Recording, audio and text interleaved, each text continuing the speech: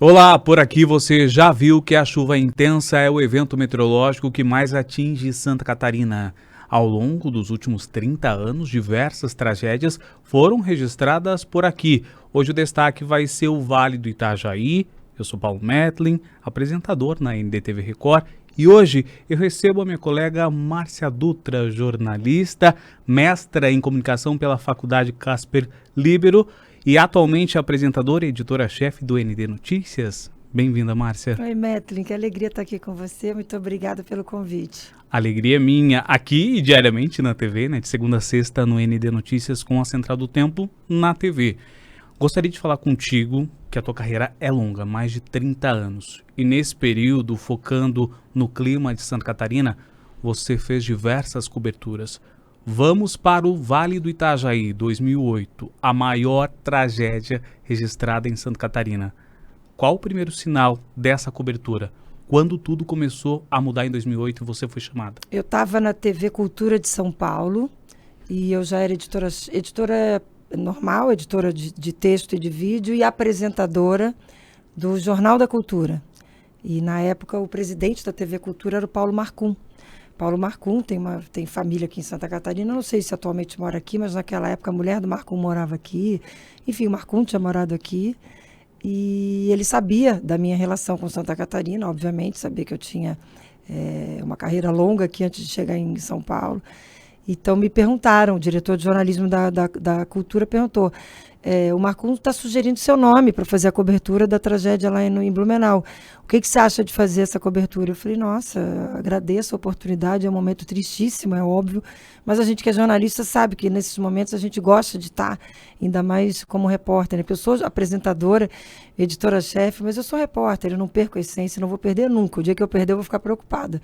E o repórter quer estar onde as coisas acontecem. E sendo Santa Catarina um estado que eu não sou catarinense, eu sou carioca, mas foi um estado sempre que me acolheu. Santa Catarina, desde pequenininha eu venho, meu avô era catarinense, então eu sempre fui muito bem acolhida, né? Tive uma trajetória linda aqui antes de ir para São Paulo. Enfim, estava em São Paulo, mas tinha nossos amigos aqui, pessoas aqui, família aqui. Então aquilo para mim tocou muito. E quando me deram essa oportunidade de estar aqui acompanhando, eu falei, com certeza eu vou. E aí eu vim para fazer a cobertura para o Jornal da Cultura, que é o Jornal Nacional da TV Cultura, daquele episódio. Fui direto para o aeroporto de Navegantes, porque o aeroporto de Navegantes, na época, foi a base de todas as operações. Os helicópteros da aeronáutica estavam lá, a Força Nacional estava lá, todo mundo saía de lá para atender as diversas localidades que tinham sido atingidas por aquela chuva, daquela intensidade toda, que foi uma chuva diferente, Metlin. Eu já tinha feito cobertura de várias enchentes em Blumenau, antes, morando em Florianópolis, pela TV Bandeirantes, depois pela RBS, não cobri como repórter, mas acompanhei pelo próprio SBT, na época, que hoje a gente está no grupo ND, que é Record, mas naquela época era SBT, quando eu estava aqui antes para São Paulo. Cobri o Furacão Catarina, se bem que o Furacão Catarina foi antes, foi 2004. Cobri o Furacão, que é uma história muito bacana também, que se der tempo eu conto. Então, assim, foi a primeira vez que eu tive aquela oportunidade de estar aqui, não estando morando aqui, entendeu? E aí eu vim para ver aquela sensação toda diferente, porque era uma história inédita, porque as enchentes eram do rio encher e a água subir. Daquela vez, não, o morro desceu. Então foi completamente diferente de tudo que eu já tinha coberto. E aí tem um sobrevoo que eu fiz, que é uma pena que a TV Cultura seja mais difícil da gente conseguir arquivo, e provavelmente eu tenho isso no meu acervo lá em casa, mas numa daquelas mídias antigas, que qualquer dia na vida eu vou encontrar, mas não sei onde é que está agora, porque foi um sobrevoo que me emocionou muito. Eu estava num desses helicópteros da Força Aérea Brasileira, da Aeronáutica, levando colchões para os homens da Força Nacional que estavam em vários locais distantes ali dos grandes centros, dando atenção àquelas pessoas que estavam ilhadas e tentando convencer aquelas pessoas a saírem daqueles locais ilhados e com terra e tudo, que tinha muita gente que não queria sair. E os homens da Força Nacional estavam nesses locais e a gente foi levar suprimento, alimento para essas pessoas. E no caminho a gente resgatou algumas famílias que queriam voltar, né? Eu me lembro de um casal de senhores, de velhinhos, casal casado há sei lá quantos milhões de anos, e a tristeza deles de serem resgatados e deixarem para trás a casa. Isso me marcou muito. E aí, quando eu fiz esse sobrevoo, eu consegui entender a grandeza da tragédia que eu estava cobrindo, porque foi ver Blumenau e todas aquelas cidades da região de cima. O Morro do Baú foi o morro mais atingido, foi onde caiu a maior quantidade de terra, e ali naquela região, algumas cidades simplesmente, algumas localidades simplesmente desapareceram. Aonde era chão, virou teto. Literalmente, aonde era chão, virou, porque a terra do morro desceu e eu nem sei que fim levou isso hoje em dia, até tenho curiosidade, depois que você me convidou para essa entrevista, fiquei pensando. Valeria até a pena a gente voltar a contar o que era, que localidade era aquela, que com certeza virou uma outra localidade, começou do zero. Se transformou? Se transformou, porque não tinha como nem... porque quando você tem a chuva, que vem do rio e a água sobe, você perde muita coisa. Infelizmente, muitas pessoas são levadas pela correnteza, você perde a geladeira, o fogão. Essa história a gente sempre vê. Mas depois a água baixa, aquela nojeira toda, a sujeirada toda, mas a chuva passa, a água baixa, e as pessoas compram de novo a geladeira, o fogão, e voltam a viver. Mas, naquele caso, não. A terra desceu e acabou com o que existia. E as pessoas tiveram que se reconstruir, se reinventar em cima do que a terra escondeu e infelizmente, destruiu. Então, foi uma cobertura completamente diferente de tudo que eu já tinha feito. E climatologicamente falando, para quem nos acompanha, a partir de agora, Santa Catarina é muito atingida por vários eventos meteorológicos, principalmente pela chuva intensa. Já tínhamos outros episódios de chuva intensa ali no Vale do Itajaí. Trazendo para 2008, lá naquela época, mais de 60 cidades atingidas, até trouxe esse dado aqui, 135 pessoas morreram em novembro de 2008, mas a chuva começou bem antes. Choveu naquele ano 3 meses seguidos, na primavera. Primavera é a estação mais chuvosa, independentemente do estado. Só que naqueles dias, no dia 22, no dia 23, choveu 4 vezes mais, esperado para todo o mês. Esses dias foram os mais marcantes. Estamos na apresentação, estamos apresentadores, mas somos repórteres. É a cobertura mais fácil porque vai ter gente para falar, mas também é mais difícil porque a gente sente a raiz, né? É muito difícil. Mas é muito interessante. A gente que é repórter, quando está a adrenalina é tão violenta que você só quer estar ali fazendo, você perde a noção do tempo, você perde a noção de olha, eu nem me lembro quantos dias eu fiquei. Eu sei que eu só fui embora quando a situação... Eu ainda disse para a TV Cultura, olha, eu vou, mas eu só volto quando tiver a situação mais controlada. Não me lembro se eu fiquei 3, 4, 5 dias em Blumenau e lá naquela região. Mas é bem isso mesmo, é uma emoção, é uma adrenalina, é uma tensão, é a gente ajudar. Bem que eu sou muito metida, né, enquanto repórter, então eu não só estou ali fazendo o meu trabalho, reportando, como eu estou ajudando. Eu ajudei a Força Nacional a botar a gente para cima do helicóptero, eu ajudei a consolar. Eu me lembro, até hoje, para vir para essa entrevista, eu recuperei esse livro aqui, Relatos de um Desastre, Narrativas Jornalísticas da Tragédia de 2008 em Santa Catarina, da Ana Paula e da Soledad Sol, que são as jornalistas, as organizadoras que fizeram esse livro. E eu tive a honra de ser convidada para fazer um texto aqui, peraí, deixa eu falar certinho, meu texto é o texto do prefácio. A abertura. A abertura. Então, assim, eu fui recuperar, fui ler, né? E aí até eu mesma me emocionei hoje no café da manhã, lendo essas páginas aqui para poder vir te dar essa entrevista, porque é isso mesmo, mestre, assim, aí eu conto aqui, o senhor, há pouco falei do casal de idosos, o senhor e a sua esposa, não lembro os nomes e as idades exatas, mas talvez 75 ou 78 anos, nunca haviam saído dali. Saíram acompanhados do filho, da nora e dos netos. Carregaram tudo o que puderam levar, sandálias de dedo e a roupa do corpo. E eu me lembro como se fosse hoje, sabe? Eles chorando, mas assim, se abraçando, porque a família inteira estava ali. Ninguém tinha morrido. Então mas eles não levaram nada, eles levaram o que deram para levar, o que tinha para levar, que era.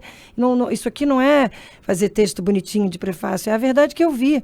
E eu vim consolando o casal ali e muito emocionada, porque não tem como você não se sensibilizar. E muita coisa não vai para o ar, né? Muita coisa não vai para o ar, porque é um material tão rico, mas é tão grande, é tanta coisa que a gente registra. Mas nessa reportagem que, infelizmente, eu não consegui ter acesso no Arquivo da Cultura, e que com certeza eu tenho lá em casa, em algum local guardado, o cinegrafista foi muito sensível, porque ele sabia da minha relação com Santa Catarina e num determinado momento, ele me flagra e eu realmente não vi. Eu olhando aquela região de cima, eu comecei a chorar, não me contive. E eu sou uma repórter, eu sou muito presente no que eu cubro, mas eu não sou de ficar chorando para poder ganhar audiência, eu não tenho esse perfil, não é minha característica. Então, naquele momento, realmente falou a uma cidadã mesmo. Ali não era a jornalista, a apresentadora do Jornal da Cultura, a repórter que estava voltando para o seu estado de amor, seu estado de coração. Não, ali era um ser humano abalado, sensibilizado demais, porque é muito duro cobrir enchente. É muito duro. Você se coloca... Eu não tenho como não... Eu sou libriana, eu sou uma pessoa que eu me coloco sempre no lugar do outro. Eu aprendi isso com meu pai. Não faço com ninguém nada que eu não queira que faça comigo, nada. Então, naquele momento, eu me vi ali. Eu vi minha família, eu imaginei meu marido, minha filha. Até me emociona falar, porque é uma dor cobrir enchente. Então, por isso que eu acho que é tão importante, Metrin, fazer o trabalho que a gente faz na televisão, de falar de cuidados, prevenção. Nosso grupo ND tem isso tão claro. O nosso presidente Marcelo Petrelli fala tanto isso quando reúne as equipes, quando reúne os jornalistas, quando apoia projetos da Defesa Civil. Então, isso para mim está tão enraizado nesses meus 35 anos de TV, a importância da prevenção, porque se a gente não investir em prevenção, a gente vai continuar contando essas histórias do rio que enche, do morro que cai, e das famílias que simplesmente ou perdem tudo e morrem, ou simplesmente por mais de 1, 2, 3, 4, 5, 10 vezes vão ter que começar tudo outra vez. E eu me lembro que é muito maluco, porque você olha e diz assim, a família perdeu tudo. Essa frase é muito clichê em cobertura de enchente. Mas o triste é que aquele tudo é tudo mesmo. O cara tinha um fogão, uma geladeira, que na última enchente, 1, 2, 3 anos atrás, ele já tinha perdido de novo um outro fogão, uma outra geladeira. Que conseguiu com muito custo. Com muito custo. Então, assim, é muito duro cobrir enchente. É muito duro ver tudo isso. Eu me lembro quando a gente acompanhou a tristeza, a tragédia que aconteceu no Rio Grande do Sul. E o Santa Catarina, como sempre, um estado extremamente solidário, os nossos agentes da Defesa Civil, os nossos funcionários, as nossas forças de segurança, os bombeiros, eles ajudam mesmo, né? Ajudaram em Minas, agora ajudaram em Minas de novo, e ajudaram no Rio Grande do Sul. E eu me lembro agora, como editora-chefe do ND, nossos repórteres foram, né? E repórteres nossos que foram voltaram sensibilizados a ponto assim, de ficar mal, de chegar assim e dizer, Madu, não consigo ir trabalhar hoje, eu estou mal, eu estou depressivo. Nem vou citar os nomes aqui dos profissionais, porque não me sentiria à vontade, mas essas pessoas, elas só cresceram no meu conceito, assim, porque elas foram lá, meteram a cara, meteram o corpo na água, na lama, que a gente sabe que não pode, a gente fica falando, tem risco de leptospirose, mas não tem essa, cara. Quando você está cobrindo uma enchente, você mete o pé na lama, você mete o pé na água. Eu ajudei a botar gente dentro do helicóptero, eu não queria nem saber. O helicóptero baixava, eu descia, convencer a pessoa ribeirinha, a dizer, cara, volta, vem para dentro do helicóptero, porque você tem que ir embora. Então, assim, e agora no Rio Grande do Sul foi assim. Eu vi os nossos repórteres entrando na água e ajudando e convencendo as pessoas a saírem, carregando os donativos. Porque não tem como ser diferente. A pessoa que não se sensibiliza com esse tipo de situação, bicho, não é ser humano, sinceramente. Você se enxergando no passado, atualmente presente, e esses exemplos que você destacou, o jornalista, seja de TV, qualquer outra plataforma, é uma ponte nessa cobertura de tragédia entre o que está acontecendo e a sociedade como um todo, da informação mesmo, aquela informação precisa ser dada. Metrin, sempre. A nossa função é essa. Eu sempre digo isso. Tem gente que até hoje pergunta para mim se quando eu entro no ar eu fico nervosa. Quando eu entro no ar eu fico nervosa. Quando eu vou mediar um debate, eu fico... Né, Carol? Cadê Carol? Carol que está sempre comigo nas minhas orelhas, maravilhosa, quando eu sei que ela que está comigo, não, a paz, porque mediar debate não é fácil, tem várias regras e várias coisas que a gente não pode se perder, não vai para lá, vem para cá, é réplica, é tréplica, não sei mais o quê. E, claro, o concorrente está querendo ferrar com o outro, e você tem ali a ordem de ficar mantendo a regra e mantendo o respeito, né? Então, assim, eu fico nervosa e é isso. Não só para cobrir enchente, para mediar um debate, para cobrir eleição. Se o dia que a gente, jornalistas, repórteres, o dia que a gente não tiver frio na barriga e o dia que a gente não tiver a noção da importância daquele trabalho que a gente está fazendo, cara, muda de profissão, vai apertar parafuso, porque a nossa profissão não é, com todo respeito a quem aperta parafuso, porque todo mundo tem uma importância nesse universo. Agora, apertar parafuso, você vai lá e aperta o parafuso. No nosso caso, a gente está falando de vida, de seres humanos que estão perdendo tudo, de políticos que estão ali correndo atrás de um cargo que pode ser que eles ajudem a evitar mortes e enchentes, porque se eles forem bons políticos, e bons administradores, a gente pode evitar enchentes. Então é tão sério o nosso trabalho, Metli, é tão importante o nosso trabalho que, assim, nós somos a ponte, nós somos a voz. Agora, em tempos de rede social, eu acho que a gente ganhou mais ainda, sabe? Tem gente que quando começou esse furacão de redes sociais, falou, jornalismo vai acabar, aí repórter de TV vai acabar, aí a televisão, desculpa, não vai. O nosso trabalho dobrou até mesmo para informar e passar aquela informação corretamente, as fake news. Metro, credibilidade. Televisão, própria rede social, jornal, impresso, digital aqui, podcast. Se é sério, cara, tem credibilidade, se a pessoa que está fazendo é responsável, vai bombar, vai acontecer. O problema é que a gente disputa com muita gente inconsequente, irresponsável, picareta mesmo, vagabundos da notícia eu chamo. Gente que não tem noção do que está fazendo, porque a notícia mata. Do mesmo jeito que o médico, num centro cirúrgico, com o peito aberto, ele mata um paciente, a nossa profissão, a pessoa que se intitula formadora de opinião, ela pode matar. Então é uma responsabilidade muito séria você passar uma informação. A primeira informação que você passa e compartilhar é tão grave quanto, se bobear é até pior. Você pegar uma informação que ela é gravíssima, seríssima, e você simplesmente compartilhar sem ter certeza daquela fonte, meu Deus do céu. É um ato criminoso. É um ato criminoso, é uma irresponsabilidade. Então, assim, ainda mais no ano que a gente está vivendo de eleição, aproveito o gancho aqui, o foco do nosso bate-papo nem é esse, mas no final tudo chega no mesmo lugar, que é a importância de comunicar, porque a comunicação é a alma para tudo, né? Até eu costumo dizer que as guerras acontecem por falta de comunicação. Então, eu aproveito para fazer esse apelo aqui, sabe? Não compartilhem notícias sem saber a origem. Não compartilhem informações sem saber a fonte. Eu, editora-chefe, apresentadora de um telejornal do tamanho, monstro, canhão do ND Notícias, às vezes eu recebo informação que eu não vou para frente, eu não passo, se eu ou alguém da minha confiança não checou. Então pode ser uma informação bombástica. Legal, que bom, bombástica. Eu tenho zero problema de levar furo, zero. Posso levar furo da concorrência, eu não estou nem aí. E o que eu tenho problema é de colocar uma informação equivocada no ar. Aí eu infarto. Se eu boto alguma coisa que não está checada, que não está correta, que vai fazer mal a alguém, que não era verdade ainda por cima, meu Deus do céu. Até a outra Carol, é muita Carol na nossa vida, Muitas. Na minha vida. A Carol Oliveira, a Castro aqui está aqui com a gente, é que cuida de mim nos debates. A Oliveira, que cuida de mim lá na TV, cuida do nosso ND. Ela até fala, ela vai, como é que ela fala? Vai fazer saltinho, não sei como é que ela fala, é um jeito engraçado. Você já me viu fazer saltinho? Já. Eu fico tiririca da vida, se eu estou no estúdio e tem uma informação que não está checada, eu não dou informação. Então esse apelo, dando esse meu depoimento, de uma profissional de 35 anos de TV, editora-chefe de um telejornal, que eu decido que vai pro ar, né? Então mas tem coisas que eu não coloco no ar. Então, porque é muita responsabilidade. Quem está chegando em casa e precisa daquela informação para seguir o dia seguinte. E não é só isso, Metri, não é chegando em casa e não é no dia seguinte. No tempo de cortes, qualquer fala em qualquer veículo ganha uma projeção mundial, numa velocidade de uma faísca. Então, assim, a gente tem que ter muita responsabilidade com o que a gente fala. Numa cobertura, vou voltar para o nosso tema principal aqui do nosso bate-papo, que é a questão da cobertura de efeitos climáticos. Quando eu disse há pouco da história do furacão Catarina. Eu relato aqui nesse prefácio, porque não tem como ser diferente. Eu fui a primeira jornalista a dar o furo. Eu falei do furacão. Mas eu falei de um jeito que, na verdade, a gente não falou do furacão. Por quê?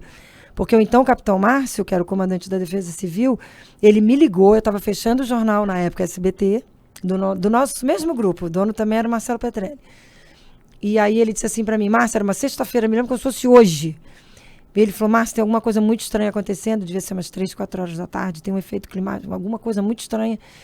É uma coisa, é séria, é grande, e eu acho que eu vou precisar de um espaço do teu jornal. Eu falei, Márcio, não tenha dúvida. Se for uma coisa importante desse jeito, venha que a gente dá um jeito.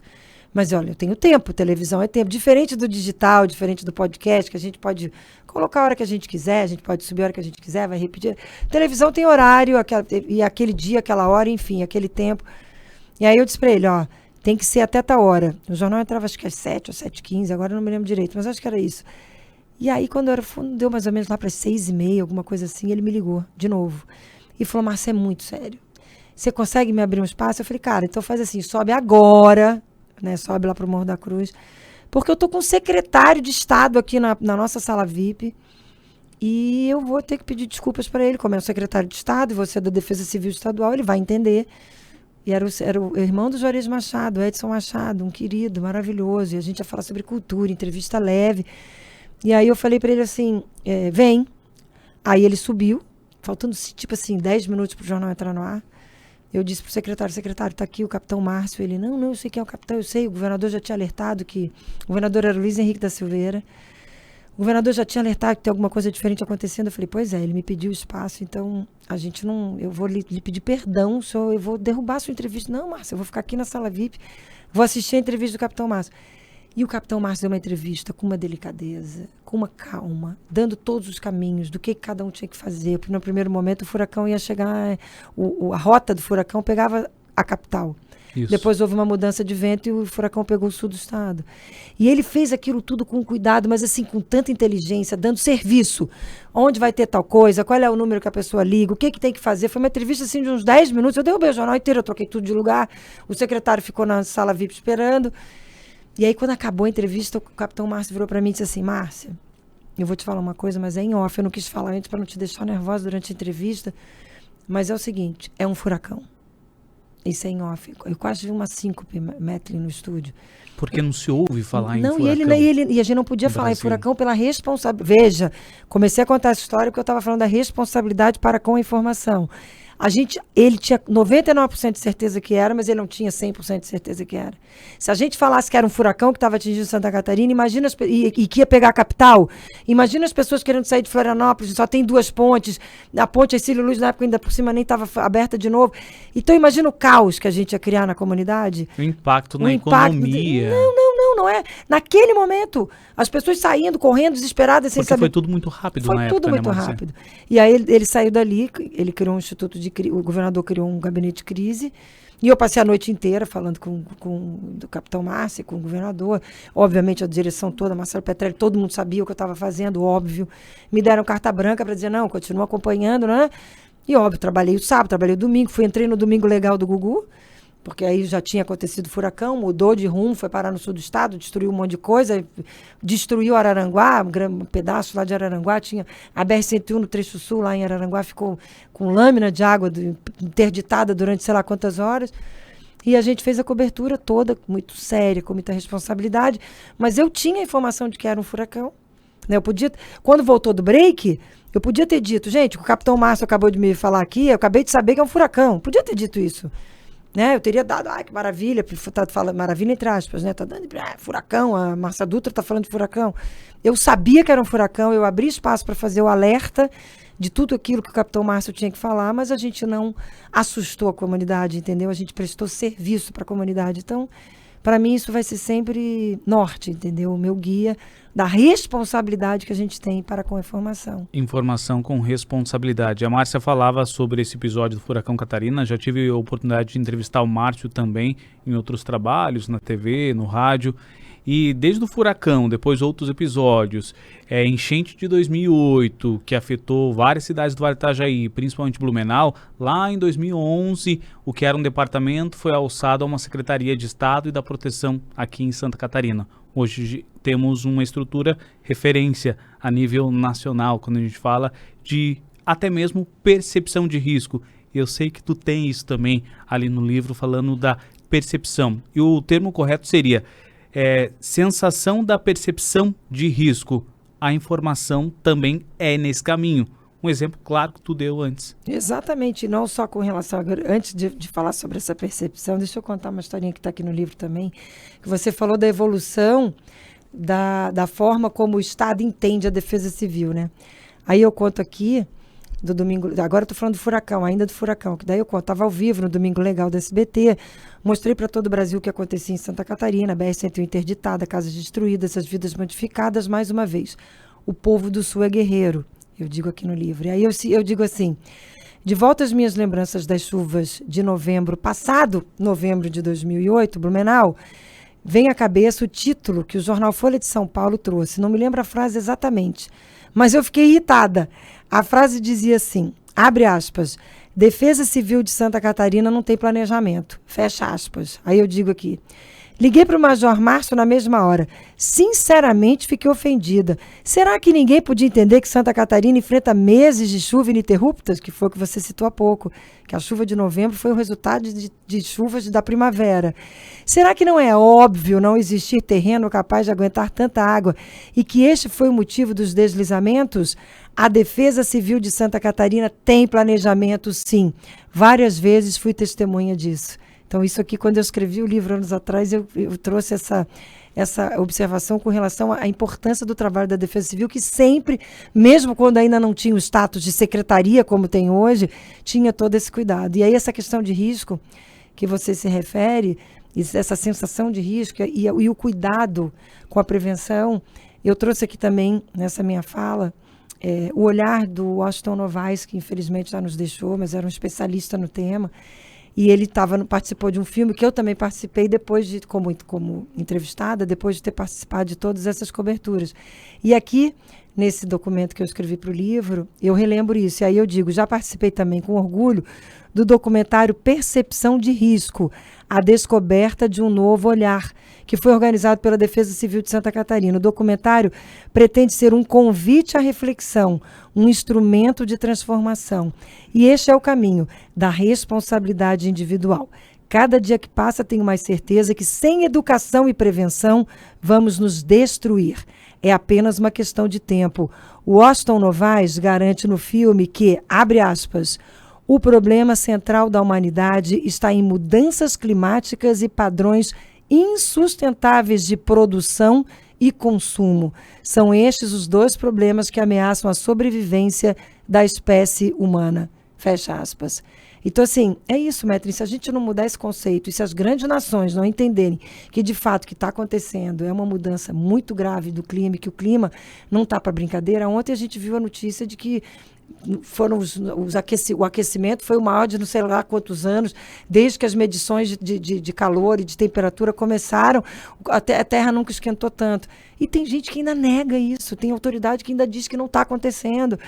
E tem pessoas que ainda não se preocupam em ações individuais, porque sim, uma pessoa vai fazer diferença? Sim, uma pessoa vai fazer diferença. Então, trabalhos como esse que você faz aqui, esse podcast, essa oportunidade desse tempo que a gente está tendo para conversar, as reportagens que a gente faz do nosso ND Notícias, o trabalho que o Grupo ND faz, dando espaço para tudo que a Defesa Civil faz.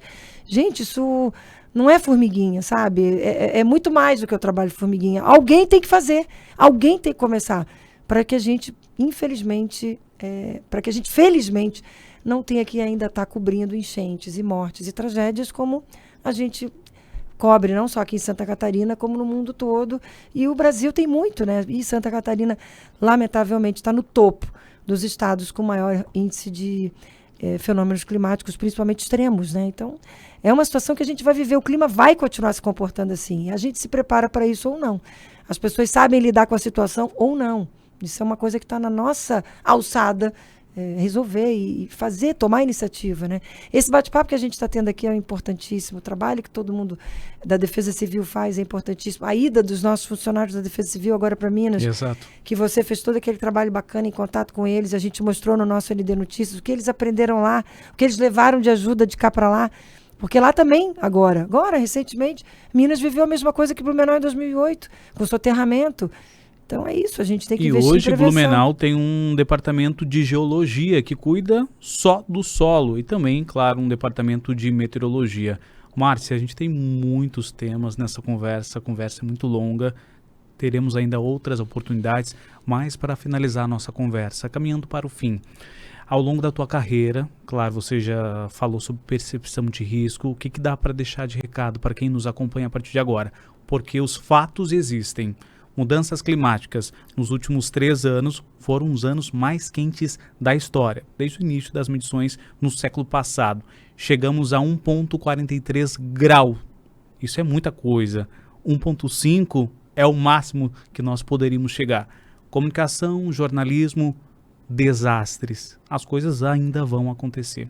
O que esperar do futuro quando fala de busca de informações qualificadas?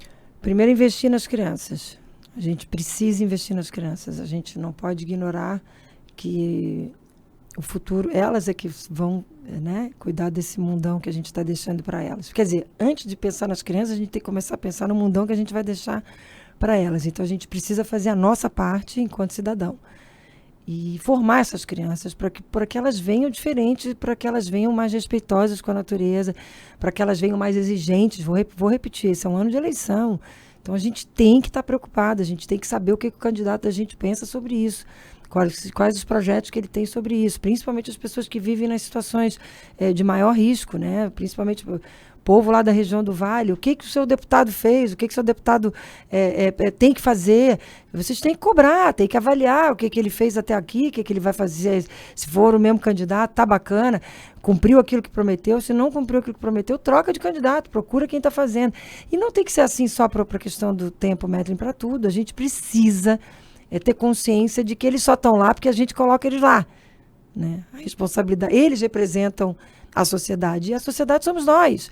Então a gente tem que ter essa consciência na hora de votar e votar direito. Todo voto importa. Então a gente aproveita aqui para fazer também um pedido para os jovens. O TRE tem feito uma campanha muito bacana de chamar os jovens que têm uma idade ali, se não me engano, é 16 e 17, que é facultativo. Acho que é a partir de 18 que é obrigatório. Mas, enfim, os jovens a partir do 16 podem e devem votar, porque um voto pode fazer a diferença. E é isso, Metlin, falar sobre esse assunto, sabe? Ler sobre esse assunto, discutir esse assunto, fazer a sua parte, investir na educação, que é o futuro, e votar bem, né? Eu acho que isso é o mais importante, principalmente nesse ano. E para nós jornalistas, isso eu prezo muito na minha equipe, e eu já sou talhada assim, não acredito que vá mudar, é ter responsabilidade, muita responsabilidade no que a gente fala, no que a gente faz, escolher fontes inteligentes. Eu sempre digo isso para minha produção. Cara, matéria, eu brinco, matéria ND, matéria robusta, matéria inteligente. Se for para fazer materinha mequetrefe, não faço. Não vou botar no ar, gente, para gastar tempo de telejornal. É matéria que vai fazer a diferença mesmo. Trazer a pessoa tem que se sentir honrada de estar sendo entrevistada pelo ND Notícias, entendeu? Não é qualquer fonte que a gente coloca ali. Então, se a gente tem esse cuidado, eu espero que o telespectador do outro lado se sinta brindado com esse tipo de cuidado.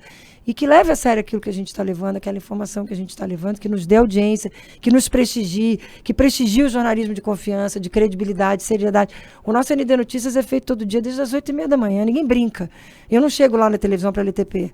Né? Nem eu, nem ninguém da nossa equipe, a gente está brincando. A gente faz um jornalismo de verdade. Eu não estou indo lá encher tempo. Muito pelo contrário, o tempo é muito precioso, sabe? Então é isso que cabe à nossa parte, como comunicadora, como cidadã. Eu acho que é isso. Eu sou uma eterna apaixonada pela comunicação. Apaixonada pela comunicação. Já entendi que não vou mudar o mundo. Que lá atrás, com 21 anos, quando eu fui para a faculdade, eu achei que eu ia mudar. Hoje eu entendi que eu mudo o meu entorno. Né? Mas no meu entorno eu sou leão, tá? Sou bem braba.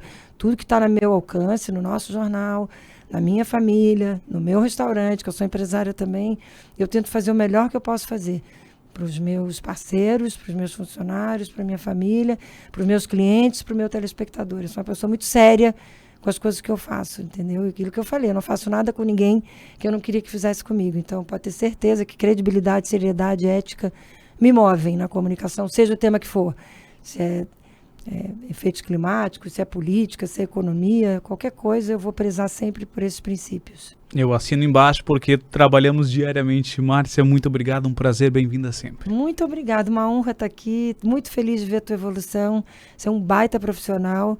Fiquei muito feliz quando você veio para a ND Notícias para ingressar na nossa equipe, fazer a previsão do tempo, um produtor extremamente colaborativo, além da previsão do tempo, gente, ele se preocupa com outros temas também, sempre com a mesma entrega, sempre com a mesma dedicação. Isso é muito legal, Metlin. Você só tem a crescer com isso, meu querido, pode ter certeza disso. Boa sorte para você e, mais uma vez, uma honra estar aqui. Obrigada pelo convite. Muito obrigado, sucesso a nós. E em breve a gente fala sobre outros temas envolvendo a meteorologia aqui em Santa Catarina. Esse foi mais um episódio do Central do Tempo Podcast, com coordenação da Carol Castro, edição de André Celeste. Eu sou Paulo Metlin e te encontro no próximo episódio. Até lá!